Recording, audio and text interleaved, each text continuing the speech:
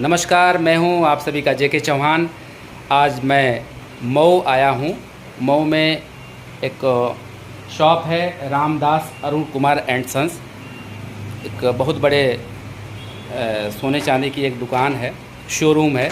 वहां पर एक बड़े भाई हैं जो मऊ के बहुत बड़े सीनियर आर्टिस्ट हैं, गोपाल चौहान जी। मैं गोपाल चौहान जी से मुलाकात करवा रहा हूं।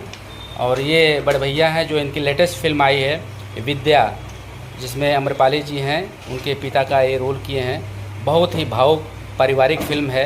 आप लोग इस फिल्म को ज़रूर देखिएगा।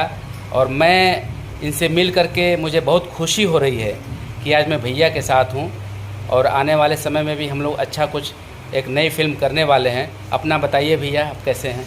नमस्कार। मैं तो पहले इनको शुभकामनाएं देता हूँ। इनकी एक फिल्म आ रही है, कब तक रिलीज हो रही है? उधार की ज़िंदगी हो गई, रिलीज हो गई। हो गई। हाँ। उधार की